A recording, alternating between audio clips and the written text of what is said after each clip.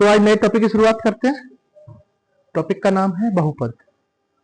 एक बार क्लास में अच्छे से हम करवा चुके हैं, तो अब जो बच्चे नहीं आए तो उनके लिए पहली बार हो जाएगा, और जो आए थे उनके लिए रिवीजन हो जाएगा, है ना।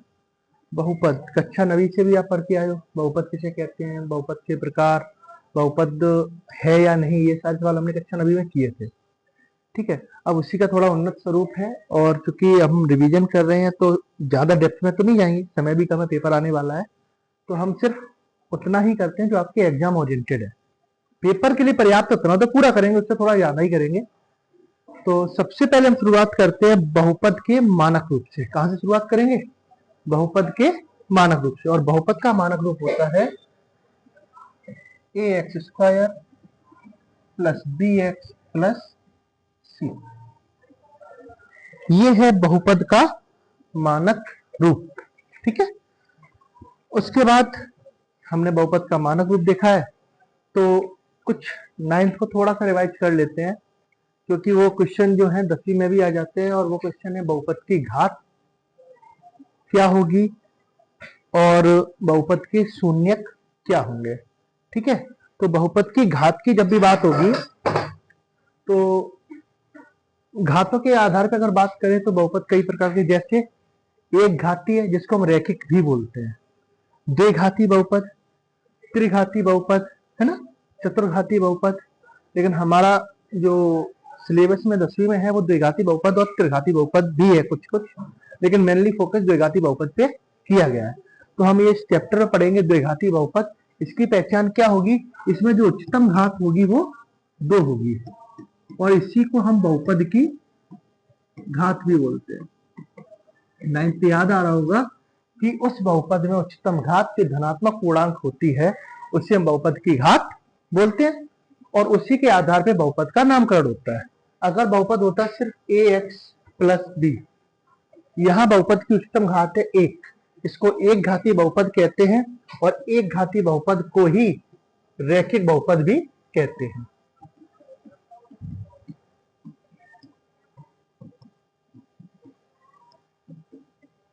ठीक है, यहां कंफ्यूज नहीं होना, ये एक घाती बहुपद या रैखिक बहुपद एक ही नाम है।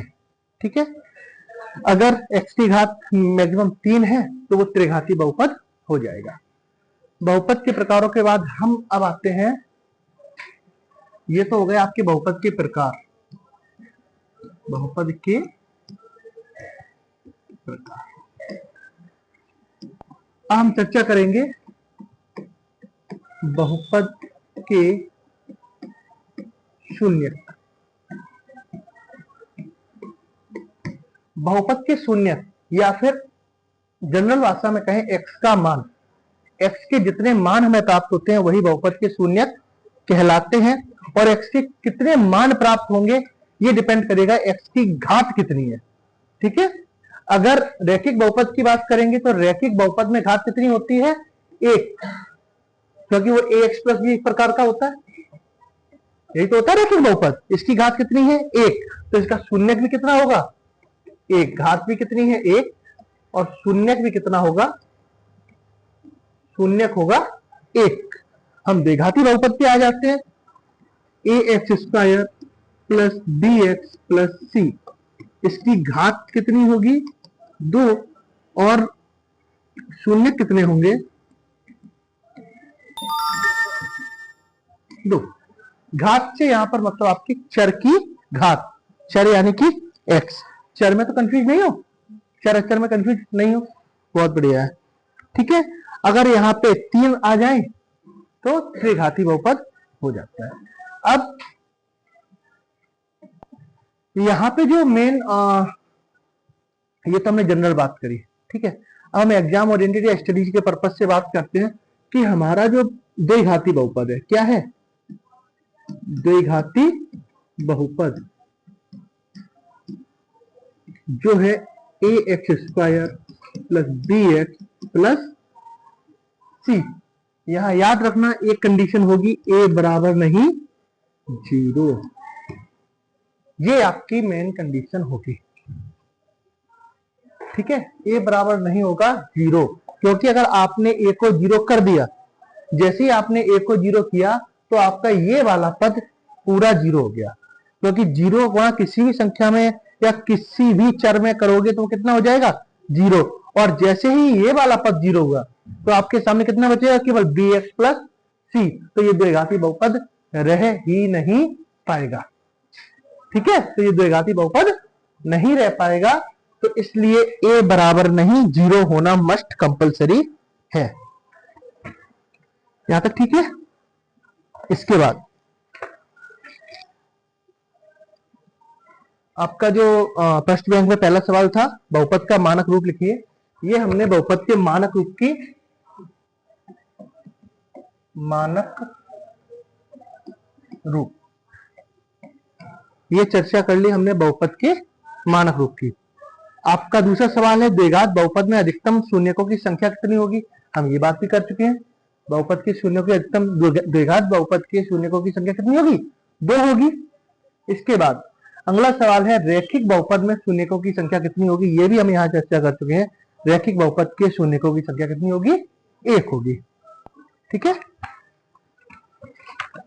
अब यहाँ पे जो अगला सवाल बनता है आपका ये है कि द्विघात बहुपद a x square b x plus c के शून्यकों का योगफल क्या होगा। ये शून्यकों का योगफल है, इनको हम सूत्र भी बोलते हैं।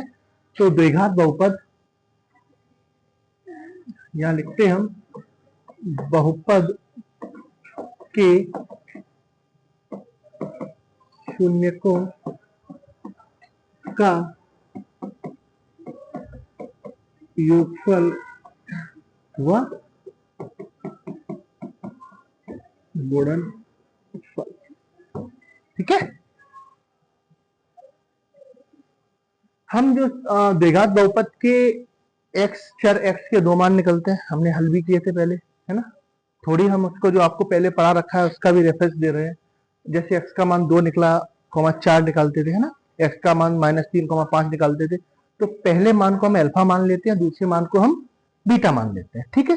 तो उसी आधार पे बहुपद है आपका a x square plus b x plus c, जहां ए बराबर नहीं है 0, और इसके शून्यकों का योगफल। और शून्य क्या थे, अल्फा कोमा बीटा।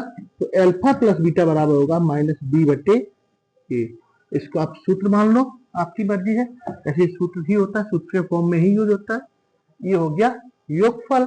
और दूसरा है गुणनफल, वो भी क्या है, शून्यकों का। तो शून्य क्या है, अल्फा और बीटा। तो अल्फा इंटू बीटा बराबर हो जाएगा c/a।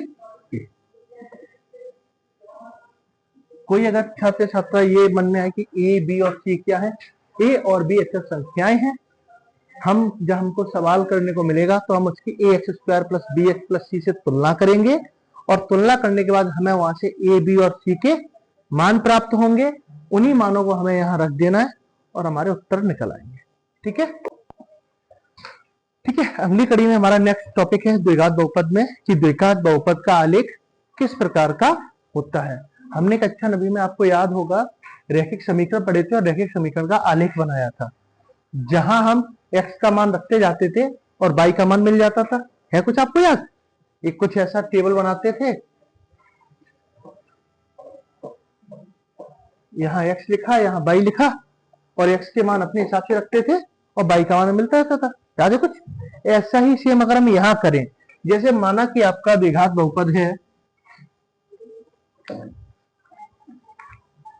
अगर हम कोई भी ले लें, जैसे x square minus 3x minus 4, इसको हम y के बराबर मान लेते हैं। ठीक है। अब यहां हम x के मान रखते जाएंगे अपनी मर्जी से, वही नवी जैसा तरीका। जैसे x का मान 0 रखा, ठीक है। जब हम x का मान 0 रखेंगे तो 0 का वर्ग 3 गुणा 0 माइनस 4 क्या आ जाएगा, 4।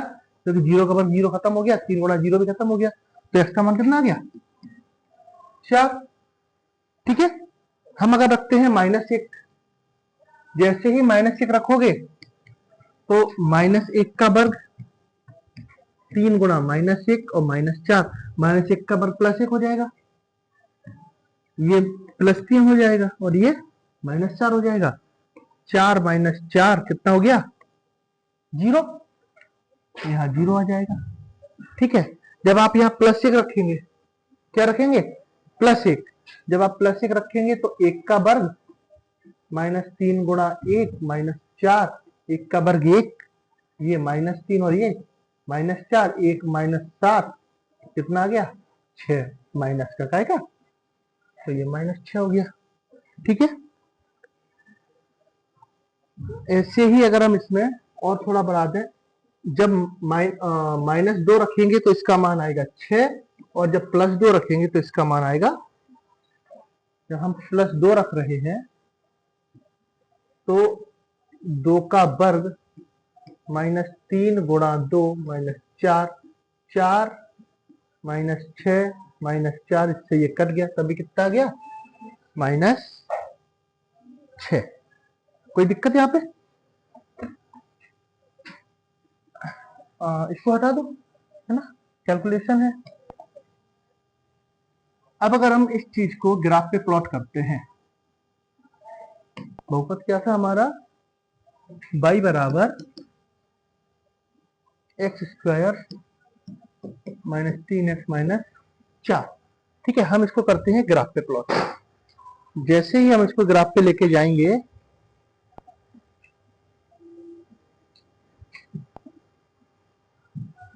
ठीक, हम ग्राफ पे प्लॉट करते हैं।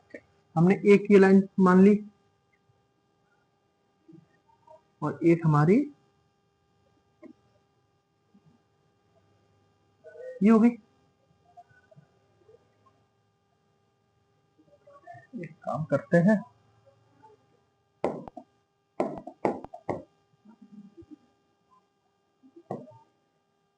इसको थोड़ा यहां लिख लेते हैं, है ना।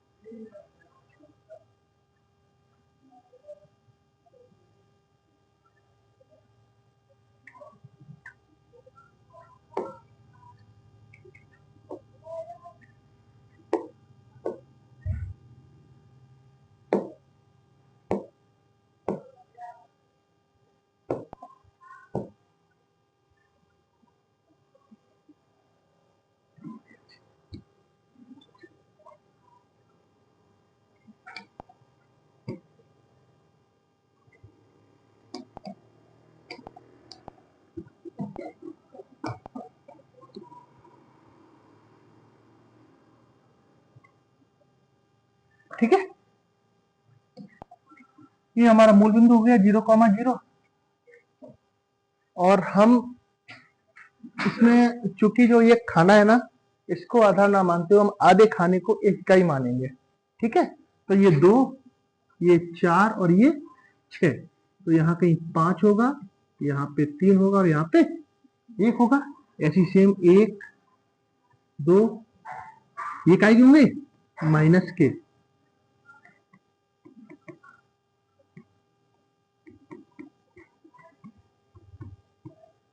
और ये 6, ये भी काय का होगा? माइनस का। सेम यहाँ पे प्लस का 1 2 3 और 4। हमने चूंकि x के मान 1 और 2 ही लिए हैं, तो आगे लिखने की जरूरत भी नहीं है। ये -1, ये 2 और ये 3 और ये 4, ये भी काय के होंगे? माइनस। ठीक है, अब देखिए x बराबर क्या है? 0। y बराबर क्या है? 4। x बराबर 0 पर y बराबर 4 आया था क्या? तो अरे -4 था यार। ठीक है, x बराबर 0 पर क्या है, y बराबर -4, तो x बराबर 0, y -4 यहाँ पे होगा या नहीं होगा। x बराबर 1 और y बराबर, चलो पहले माइनस कर लेते हैं, x बराबर -1 और y बराबर 0। x बराबर -1, उल्टे कैसे हो रहे हैं यार। x बराबर -1, y बराबर 0 यहाँ हो जाएगा। ठीक है, उसके बाद x बराबर 1 और y बराबर -6, तो x बराबर 1 ये रहा और y बराबर -6 यानी कुछ यहाँ आ जाएगा। उसके बाद x बराबर -2 और y बराबर 6, तो ये यहाँ आ जाएगा। और x बराबर 2 और y बराबर, कहाँ गया, x बराबर 2 और y बराबर -6, ये भी इसी पॉइंट पे आएगा सेम। और इसके लिए कुछ पॉइंट और निकालने पड़ेंगे, आपकी किताब में दिए हैं।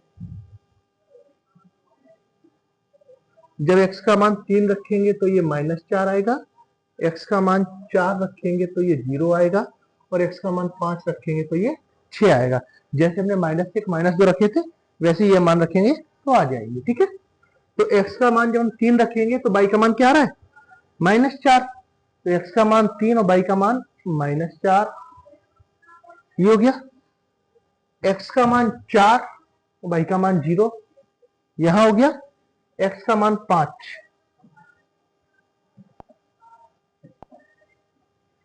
यहां पे, तो x का मान 5 और y का मान कितना है, 6।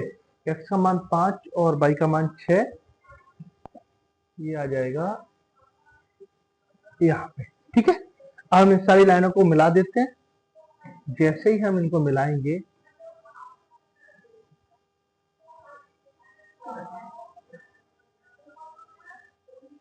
आज सर्दी मुझे थोड़ी ज्यादा लग रही है, हाथ पैर कप रहे हैं मुझे, है ना। तो लगभग लगभग ये पैराबोला आ गया। ठीक है, तो इसका ग्राफ देगा, इसका ग्राफ कैसा होता है, पैराबोलिक होता है, परवलय प्रकार का होता है। मैंने आपको बना के भी दिखा दिया। हालांकि मुझे नहीं लगता कि वो सवाल ऐसा पेपर में करेगा, डालेगा कि आप इसका ग्राफ बनाइए, लेकिन फिर भी आपको बनाना आना चाहिए, है ना। तो अगर हम बात करेंगे आपको ये मान रखने के, तो मान समझ में आ रहे हैं। जिस प्रकार से आपने 0 -1 -2 2 का निकाला था, वैसे ही x बराबर 3 4 और 5 रख सकते हैं। ठीक है, और जब भी आप इसका ग्राफ बनाओगे तो पैराबोला ही आएगा। तो आपका जो प्रश्न था यहां लिख देते हैं कि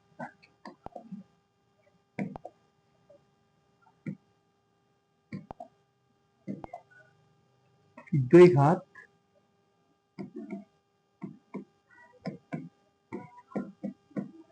बहुपद का ग्राफ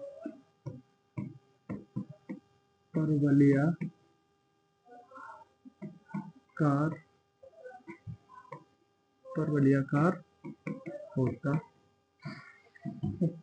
ठीक है, 9th में रैखिक बहुपद पढ़ा था। रैखिक बहुपद का ग्राफ कैसा होता था, सरल रेखा, याद है आपको।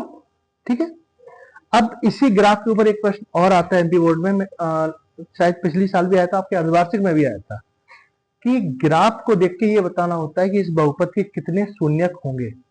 याद है कुछ, तो हम उसकी बात कर लेते हैं कि आपको कुछ ग्राफ दिए रहे होते हैं।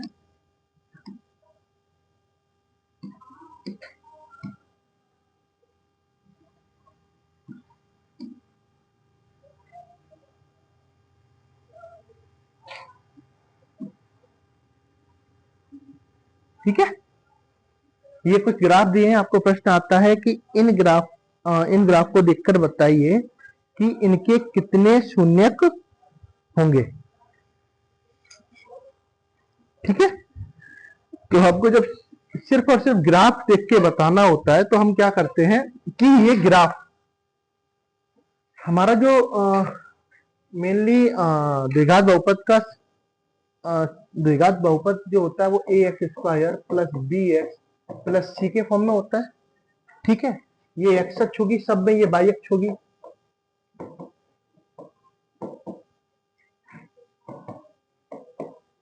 है ना, तो हम ये देखेंगे अगर हमारे पास इस तरीके का द्विघात बहुपद है यानी कि x में है तो ये ग्राफ x अक्ष को कितने बार या तो काट रहा है या फिर टच कर रहा है, वही इसके शून्यक होंगे। जैसे इस सवाल में 3 बार काट रहा है तो इसके शून्य कितने हो जाएंगे 3। इस सवाल में 2 बार काट रहा है, दिख रहा होगा ना, थोड़ा सा मैंने नीचे से निकाला है, तो इसके शून्य कितने हो जाएंगे 2। या फिर अगर ये कंफ्यूज ना करे आपको बाद में, इसको यहीं कर देते हैं कि ये टच हुआ है, ठीक है, तो शून्य कितना हो जाएगा 1। ये ग्राफ इसको 2 बार काट रहा है, शून्य हो जाएंगे 2। और ये ग्राफ इसको बिल्कुल ना तो टच कर रहा है ना काट रहा है, तो शून्य कितना हो जाएगा 0। अगर ये सवाल ऑब्जेक्टिव में आता है डायरेक्ट आप कर सकते हैं, 1 नंबर में आता है डायरेक्ट लिख सकते हैं, अगर 2 नंबर में आता है तो थोड़ा बढ़ा के लिखिएगा। और उसको कैसे लिखना है कि चूंकि ये ग्राफ x अक्ष को 3 बार काट रहा है इसलिए शून्यकों की संख्या 3 होगी। 1 नंबर में आता है डायरेक्ट लिख दीजिए कि शून्यकों की संख्या 3, ठीक है। यहाँ पे वैसे हालांकि इतना वो डीपली जाएगा नहीं, फिर भी आप लोग ध्यान रखिएगा कि समीकरण किस फॉर्म में है। अगर आपका x की फॉर्म में है तो x अक्ष को देखना है, और अगर मैं यहाँ पे बाई कर दूं x की जगह, अगर मैं बाई कर दूं x की जगह और मेरा समीकरण ऐसा हो जाए कुछ कि a² plus by plus c, और तब भी ग्राफ यही रहे,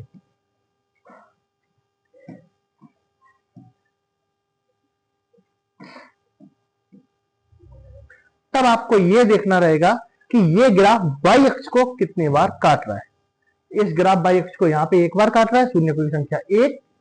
ये भी y अक्ष को 1 बार यहाँ काट रहा है, शून्य की संख्या 1। और ये ना तो x का ना y की शून्य की संख्या 0। हालांकि ये नहीं आना है, ठीक है, इस पे कंफ्यूज नहीं होना है, ये नहीं आना है। हमारा सवाल कहां आएगा, केवल और केवल x अक्ष पे। हमारा नेक्स्ट जो है वो है कि बहुपद ज्ञात करना कब, जब योगफल और गुणनफल दिया हो। आपका प्रश्न आएगा कि किसी बहुपद का योगफल -4 गुणनफल -2 है तो बहुपद ज्ञात कीजिए, ठीक है। तो हम ऐसे ही करते हैं कि आपको जिस किताब का ही आपका प्रश्न लेते हैं, और वो कहता है कि योगफल बराबर 2 और गुणनफल बराबर 4, ये हमको दिया है और हमको ये बहुपद ज्ञात करना है। इस केस में हमारे पास एक फॉर्मूला है, और वो फॉर्मूला है x² माइनस शून्यकों का योगफल x प्लस शून्यकों का गुणन, ठीक है। तो x² अपनी जगह माइनस शून्यकों का योगफल कितना था 2, उसके बाद x और गुणनफल कितना है 4। ये आपका बहुपद आ गया, ठीक है। इसी सवाल को करने का तरीका एक और है, उसको कैसे करना है आप देखिए। जैसे हमने प्रश्न लिया है कि शून्यकों का योगफल बराबर क्या है 1/4, और गुणनफल कितना है। इस सवाल को बहुत अच्छे से देखिएगा आप लोग। इस सवाल में क्या करेंगे, जब इसका हल करेंगे तो शून्यकों का योगफल बराबर कितना 1/4, और योगफल का सूत्र मैंने आपको बताया था भी क्या था -b/a बराबर 1/4। हम तुलना करेंगे तो -b बराबर 1 यानी b बराबर -1 और a बराबर 4। कोई दिक्कत यहाँ पे, ठीक है। अब हम लेते हैं गुणनफल का, वही शून्यकों का कितना है -1, तो इसका सूत्र तो c बटे a -1 बटे में 1 मान लेते हैं, तो c बराबर -1 और a बराबर 1। यहाँ पे बस आपको ध्यान रखना है कि यहाँ जो a आया है और यहाँ जो a आया है ये दोनों समान होने चाहिए। अगर सवाल ऐसा दिया है कि पहले से ही समान आ गए हैं, माना कि ये 1/4 था, ये भी -1/4 होता, तो हमको यहाँ a बराबर 4 मिल गया होता, तो दोनों a बराबर थे, हमें कुछ भी नहीं करना था। लेकिन इस केस में क्या a बराबर है?